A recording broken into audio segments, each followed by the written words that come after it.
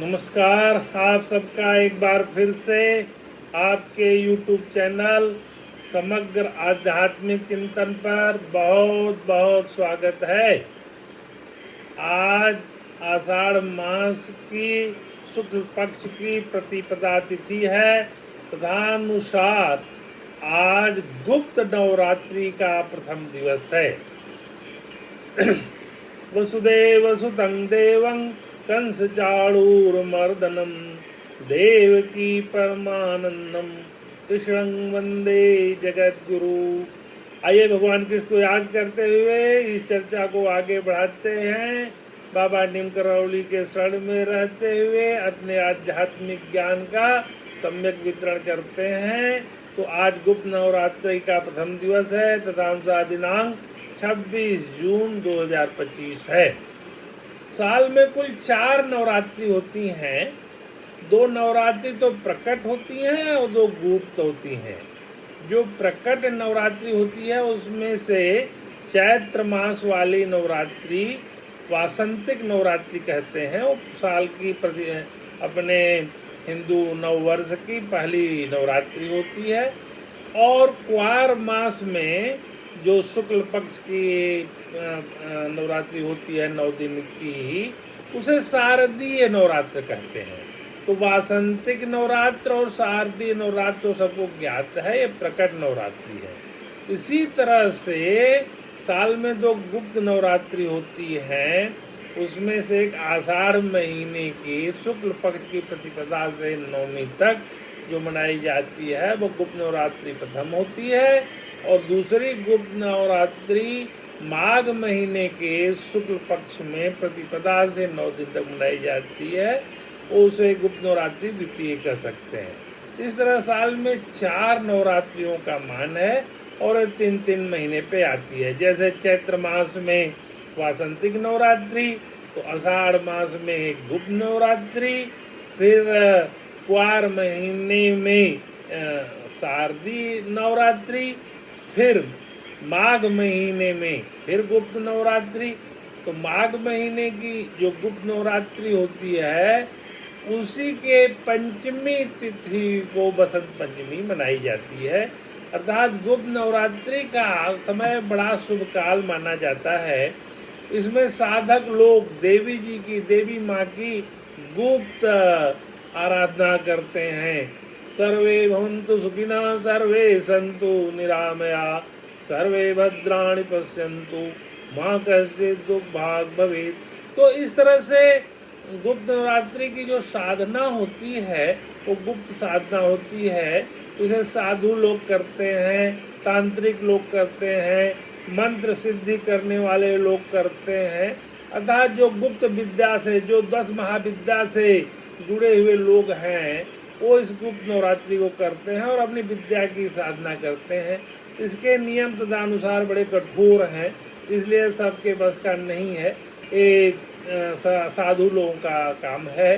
गृहस्थ आश्रम में रहने वालों को तमाम बंधनों में रहना होता है, तो वो इन लोगों को नहीं करना होता है।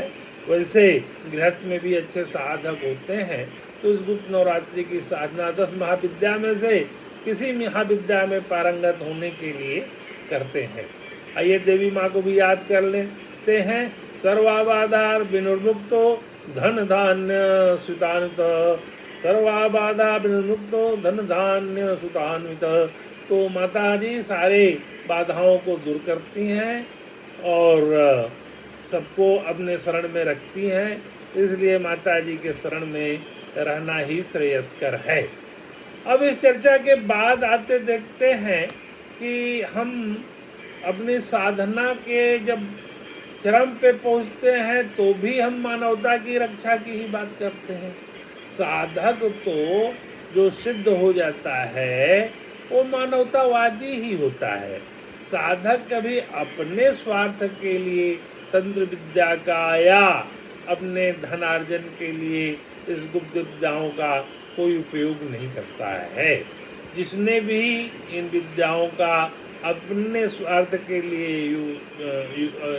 इस्तेमाल किया उनका नाश हुआ, वो आगे नहीं जा पाए। जैसे कि राम भगवान राम रावण के इस युद्ध में मेघनाद भी कोई देवी जी की साधना के करने जा रहा था, तो भगवान के आशीर्वाद से ही हनुमान जी ने जाकर के उसकी देवी साधना को भंग कर दिया, अन्यथा वो अजर अमर हो जाता। तो माता जी खुद भी नहीं चाहती होंगी कि मेघनाथ उस विद्या की साधना करके भगवान राम के रास्ते में रोड़ा बने। तो मेरा आप सबसे यही विनम्र निवेदन है कि इन गुप्त साधनाओं का, इन गुप्त विद्याओं का मानवता के लिए, मानव मात्र प्रेम के लिए इस्तेमाल करें। इस गुप्त विद्या का, इस गुप्त साधना का इस्तेमाल कभी किसी के रंजिश वश, किसी के नुकसान के लिए नहीं करें, अन्यथा उसके विपरीत परिणाम भी देखने को मिलता है। आजकल तंत्र विद्या में तमाम सिद्धियाँ हो रही हैं, इसलिए मेरे संज्ञान में ये बात आई, तो मैंने इसको आप लोगों के सामने लाने का प्रयास किया। अभी हमारी यात्रा जब आगे बढ़ रही है चर्चा में, तो मेरे मन में आया कि हमारे संत साहित्य में भी बड़े अच्छे अच्छे रचनाकार थे, साधक थे। सूर सूर तुलसी सी उड़गन केशव दास, अब के कवि खज्जोत सम जह तह करत प्रकाश। आचार्य रामचंद्र की बड़े बड़े आलोचक थे, तो उन्होंने अपने साहित्य में, हिंदी साहित्य में जो मूर्धन्य कवि लोग थे उनका मूल्यांकन किया, तो सूरदास को श्रेष्ठता दी। उसके बाद उन्होंने तुलसीदास को लिखी, और उड़गन जुगनू का उसमें तारों का, तो तारों उड़गन उन्होंने केशवदास को कहा, तारा केशवदास को कहा, और बाकी कवियों को, आज के कवियों को उन्होंने जुगनू की तरह जाता प्रकाश करते हुए कहा। तो आइए, वहाँ उनकी इस गणना में कबीरदास भी कहीं नहीं टिक पाए, तो उनकी अपनी मान्यता थी। हालांकि मैं भी मानता हूँ कि वो महान आलोचक थे, उनकी पुस्तकें मैंने जितनी पढ़ी, बल्कि वो बताते हैं कि उन्होंने जायसी की खोज की, जायसी की पद्मावत को उन्होंने सम्मान दिलाया, नहीं तो उस ज़माने में वो काल के अंधेरे में लुप्त थी, लेकिन उसकी रचनाओं को उन्होंने खोज निकाला। और बहुत बड़े हमारे अच्छे अच्छे कवि हुए हैं, कबीर, सूर, तुलसी, मीराबाई, रसखान, उसी क्रम में आगे बढ़ते हैं तो कबीर, रहीम। तो इन लोगों ने जीवन के सत्यों का उद्घाटन किया। हम तुलसीदास जी के ऋणी हैं कि उन्होंने मुगल काल में भी सनातन धर्म के महान एक उद्घोषक के रूप में जो रामचरितमानस की उन्होंने रचना की, और हनुमान जी का कृपा पा करके काशी में रामलीला का जो मंचन शुरू कराया, काशी में अखाड़ों का निर्माण कराया, और मंत्र दिया कि हमारे राजा रामचंद्र जी हैं। काशी की रामलीलाओं में आज भी ये मंत्र गूंजता है, बोलो राजा रामचंद्र जी की जय। तो आज की जो हमें ये मिलता है सनातन धर्म, ये तुलसीदास जी के वजह से जो बचा रह गया वो है, अन्यथा उसको बाद में और लोगों ने भी बहुत अच्छे ढंग से पुष्पित और पल्लवित किया। मैं उनके योगदान का भी जिक्र करूंगा, विशेषकर स्वामी विवेकानंद जी के योगदान के हम बहुत बड़े ऋणी हैं कि उन्होंने सनातन धर्म की ध्वज पताका को अमेरिका तक फैला दिया, और 1893 शिकागो एड्रेस से उन्होंने संपूर्ण जगत को मंत्रमुग्ध कर दिया था। अब स्वामी विवेकानंद के अंदर जो भी आध्यात्मिक ऊर्जा थी, वो उनके गुरु रामकृष्ण परमहंस के द्वारा उनके अंदर ट्रांसफॉर्म की गई। वस्तुतः जब ये आप जिक्र पढ़ेंगे तो पाएंगे कि स्वामी विवेकानंद जी रामकृष्ण परमहंस के पास नौकरी की तलाश में गए थे। वो उनसे कह रहे थे कि मैं काफ़ी पढ़ लिख लिया हूँ, मेरे को नौकरी नहीं मिल रही है, आपको मैं गुरु मानता हूँ, आप मेरी मदद कीजिए। तो उन्होंने कहा, मैं कहाँ किसी को नौकरी दिला पाऊँगा, मेरे पास क्या है, जाओ माता जी हैं, इन्हीं से मांग लो। तो दक्षिणेश्वर में काली जी के मंदिर में अंदर वो माता जी से मांगने गए, और मांगते ही मांगते उनका हृदय परिवर्तन हो गया। कहाँ वो नौकरी मांगने गए थे, कहाँ उन्होंने उनका संपूर्ण शिष्यत्व ग्रहण करके इस सनातन धर्म, मानवता, अद्वैतवाद और मानव मात्र की सेवा में अपना संपूर्ण जीवन लगा देने का प्रण लिया। तो जब आप साक्षात होते हैं भगवान से, सन्मुख हो जीव मय वही जन्म कोटि अघनाश ही कभी। ये सुंदरकांड में प्रसंग आया है, भगवान विभीषण के प्रसंग में कहते हैं कि जो मेरे पास आ गया उसके करोड़ों जन्म के पाप कटित हो जाते हैं। तो जैसे ही उनको स्वामी विवेकानंद जी देवी के सामने गए, देवी की प्रतिमा के सामने गए, तो उनको आत्मबोध हो गया कि ये नौकरी जो वो मांग रहे हैं तो बड़ी छोटी क्षुद्र चीज मांग रहे हैं जीविकोपार्जन वाली।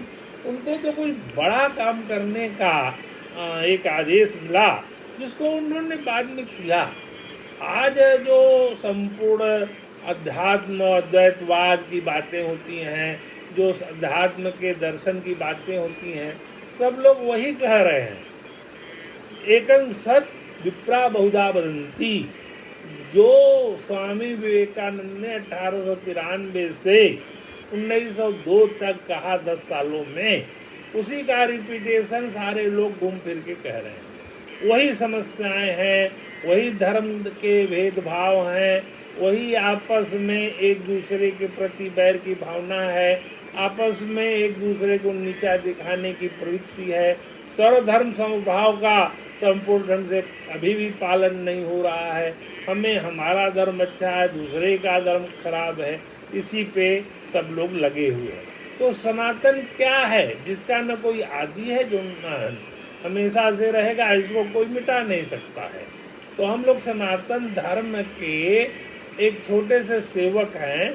तो हमें यही करना है, सिया राम मैं सब जानी, करूं प्रणाम जोर जुग पानी। हर सनातनी को, इस संसार के हर एक जीव को सिया राम में मान के चलना है। और यही बात आते आते सारे संतों ने कही, रामकृष्ण ने कही, और तुलसीदास जी ने कही, नरहरि मेहता ने कही, और गुरु नानक ने कही, कबीर ने कही, सूर ने कही, तुलसी ने कही, और हमारे मेहता जी ने कही, नरसिंह मेहता ने कही, और इधर चैतन्य महाप्रभु ने कही। तो सब अपने अपने ढंग से इसी की व्याख्या करते रहे, और सभी ने पाया कि ब्रह्म जो है उसका नाम राम है। तो कबीर के भी राम थे और तुलसी के भी राम थे। कबीर के राम निर्गुणोपासना वाले थे, तुलसी के राम सगुणोपासना थे। तो तुलसीदास जी ने भी इस भेद को मिटाया, सगुण ही निगुण ही नहीं कछु भेदा। दोनों में कोई भेद नहीं है, दोनों ब्रह्म की उपासना के ही मार्ग बताते हैं। तो कबीरा संगति साधु की, जो गंधी का वास, जो कछु गंधी दे नहीं, तो भी वास सुवास। कबीरदास जी एक बहुत बड़े समाज सुधारक थे, चिंतक थे, ईश्वर के भक्त थे, कवि थे, फिलासफर थे। उनके बारे में मैंने इधर कहीं पढ़ा, कोई कह रहा था कि वो विरोधी बातें ही ज़्यादा करते थे। उस समय के समाज में व्याप्त कुरीतियों के प्रति उन्होंने प्रहार किया। लेकिन ये बात कबीरा संगति साधु की, जो गंधी का वास, ये कोई विरोध की बात है? ये विरोध की बात नहीं है। साधु की संगति के बारे में बताया गया है। और पोथी पढ़ पढ़ जगमुआ, पंडित भया न कोय, ढाई आकर प्रेम का, पढ़े सो पंडित हो। बहुत सारे हम विद्वानों को देखते हैं कि केवल एक ही धारा को पकड़ के उसी को अच्छा साबित करने में दिन रात लगे हुए हैं। हम अच्छे हैं, दूसरा खराब है, सब अच्छे हैं। अगर इस भाव से आप देखें तो प्रेम का भाव आपके अंदर, प्रेम क्या है? भक्ति से पचता है। आपके अंदर जैसे ही प्रेम आएगा मानव मात्र के लिए, जीव मात्र के लिए, तो अब कोई आपके मन में भेद नहीं रह जाएगा। और एक अच्छा संत, एक अच्छा समाज सुधारक संपूर्ण मानवता का होता है। अगर इस तरह के समाज में जैसी आज के समय में विसंगतियां व्याप्त हैं, अगर सब लोग किसी संत की बातें माने, तो क्यों हम दिन रात युद्ध में जा रहे हैं? एक भी एटम बम अगर फटेगा तो संपूर्ण मानवता का विनाश हो जाएगा। 1945 में हिरोशिमा नागासाकी में अमेरिका ने जापान पे जो बम गिराया वो 80 साल पुरानी बात है। आज उससे कई गुना ज़्यादा पावर के एटम बम बन चुके हैं। तो वो जो विनाश होगा वो बहुत भयानक विनाश होगा और संपूर्ण मानवता का विनाश करेगा। वो वातावरण को इतना प्रदूषित कर देगा कि ये वातावरण जीवन रहने लायक नहीं हो जाएगा, बिल्कुल नकारात्मकता फैल जाएगी, एसिड रेन होने लगेंगी और पूरा बैलेंस बिगड़ जाएगा प्रकृति का। तो क्या हम किस चीज़ की प्राप्ति के लिए सब कर रहे हैं? केवल हमारा अहंकार। संतों ने कहा है कि हमें आत्मा का अहंकार होना चाहिए, हमें शरीर का अहंकार नहीं होना चाहिए। अहंकार किसी रूप में भी वो बड़ा खतरनाक होता है। तो हम अपने साम्राज्य को अपने बढ़ाने के चक्कर में, तेल के सोर्स पे आधिपत्य करने के चक्कर में संपूर्ण मानवता को खतरे में देख रहे हैं और ये खतरा दिनों दिन और व्यापक फैलता जा रहा है। उसमें भारत की महती भूमिका है। भारत ने संपूर्ण विश्व को एक गौतम और गांधी के रूप में जो 2 रत्न दिए थे, उन्होंने हमेशा सत्य और अहिंसा का पक्ष लिया। हमें अहिंसावादी होना है। मानव को मार करके अपने राज्य का अगर प्रचार प्रसार करना है तो बड़ा घातक है। तो विश्व शांति के इस खतरे के युग में हम गुप्त नवरात्रि का स्वागत करते हैं। अपनी साधना में हम देवी माँ से कृपा करते हैं कि देवी सबका जो है सुरक्षा प्रदान करें, सबके मन और चिंतन को पवित्र करें और गायत्री मंत्र का हम जाप करते रहें, जिससे हमारा मन नित्य प्रति जो है अच्छे भावनाओं को ग्रहण करने की ओर अग्रसर हो। तो मैंने अपनी तमाम चर्चाएं जो की गीता पे की, सुंदरकांड पे की और जो नैतिक चर्चाएं अब कर रहा हूँ, उसका उद्देश्य यही है कि बार बार आपको अपने जिम्मेदारियों के प्रति याद दिलाना होता है। और मेरे कुछ ऐसे भी प्रशंसक हैं, दर्शक हैं, मित्र हैं, वो कहते हैं कि वो जो कर्म की परिभाषा आप बदलते हैं उसको हमेशा याद दिलाते रहिए। तो मैं ज़रा एक गीता प्रेस का एक पुस्तक है दुख क्यों होते हैं, उससे एक पैरा पढ़ करके उस परिभाषा को पुनः आप लोगों को याद दिलाना चाहता हूँ। वो इस प्रकार है, आप लोग जरा सुनिएगा और इसको मनन करिएगा। कर्म 3 प्रकार के होते हैं, क्रियमाण, संचित और प्रारब्ध। वर्तमान काल में जो कर्म किया जाता है वो क्रियमाण है। एक कर्म समाप्त करके मनुष्य सदा नया कार्य करता रहता है। जो कर्म समाप्त हो जाता है वो संचित जमा हो जाता है।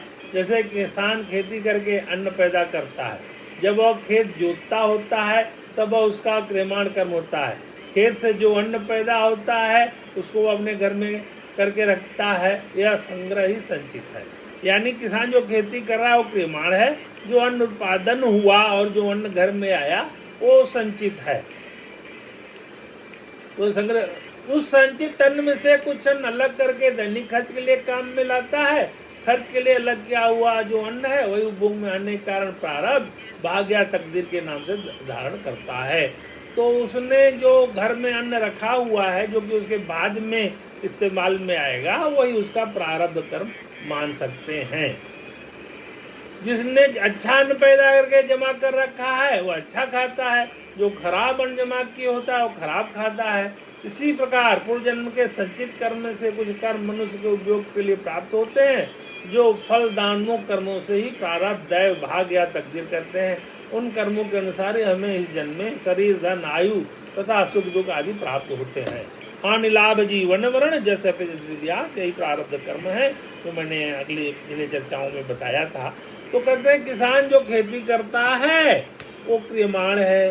किसान जो अन्न उपजा के रखता है अन्न को, वो संचित है।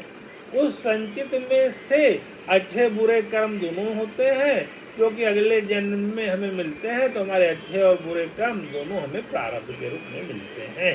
इस तरह की व्याख्या मैंने कई बार की है, लेकिन भगवान कृष्ण ने गीता के 4:17 में ही कहा है, गहना कर्मणो गति, ये कर्म की गति बड़ी ही गहन है, कठिन है।